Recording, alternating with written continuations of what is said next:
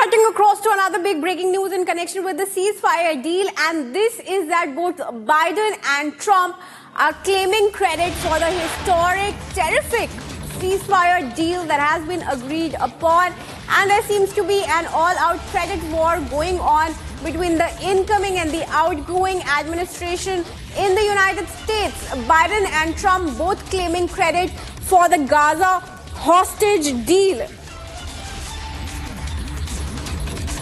Trump wasted no time in asserting he was the moving force behind the deal, whose final details were still being ironed out, according to Israeli Prime Minister Benjamin Netanyahu.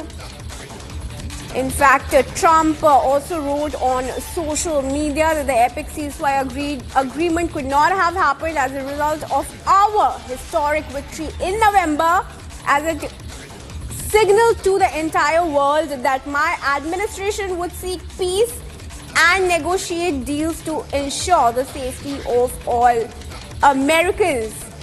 Now, Biden, in his place, stressed that a deal was reached upon under the precise contours of a plan that he had set out late in May. And he said that it is the result not only of extreme pressure that Hamas has been under and the changed regional equation after a Lebanon ceasefire, but a weakening of Iran and dogged, painstaking American diplomacy. Let's now go across to Priyanka, my colleague, who's joining us from the newsroom to get us more on this.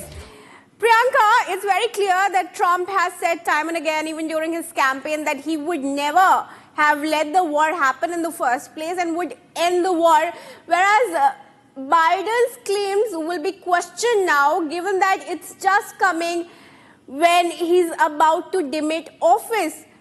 The war of words between the incoming and outgoing administration in the US, what more are you picking up?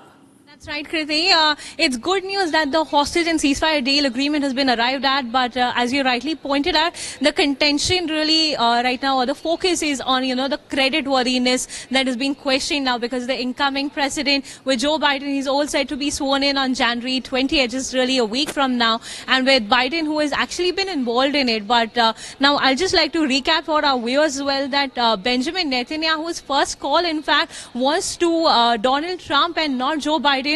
This is according to the press statement that has been released by the Prime Minister's office. So this again, stokes some controversy as to who really should be credited for the victory that has been claimed, whether it's the incoming US president or the outgoing one. Now, but again, it is worth noting, like you mentioned, that Donald Trump has been very vocal, especially in the last couple of weeks as he's, inching closer to his second term as the US president, that he in fact reiterated the fact that he would not have allowed the war to happen if he were in power, and secondly, that if the ceasefire agreement was not reached upon before his inauguration, there would be hell to pay in the Middle East, and that's something that he has taken a strong stance for as well. So, all the credit really is getting all divvied up between the two at this point to sort of take credit as to who really actually helped broker this ceasefire deal agreement. Now, just to take our viewers through, while the final discussions were going on, there was Brett McGurk, who's the long-time Middle East negotiator for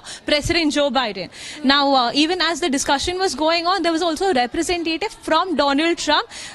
This is Steve Witkoff, who was also present during the final discussions. So again, it kind of divides the camps between the two presidents in the US. But all around good news for, the people living in Israel and Gaza for sure. But at the end of the day, again, I'll just like to take you that even as there was a conference of sort, a press conference of sorts, a question was posed to Joe Biden about who should be given the credit for, and his retort really was that, is that even a joke when asked if the credit should be shared with Trump? Really, Kriti. That's all going on at the moment. Stay on with us, Priyanka. I also have another big breaking news for our viewers, and this is that the name for the release of the hostages from the IDF is given as Wings of Freedom. Wings of Freedom is the name given to the IDF's preparation for the return of the hostages, and that statement has been put out by the Israeli Defense Forces itself. In fact, Hamas has also issued a statement on the announcement of the ceasefire deal and the aggression on the Gaza Strip and said It is the fruit of legendary steadfastness of great Palestinian people and valiant resistance in Gaza. Let's go across to Priyanka again.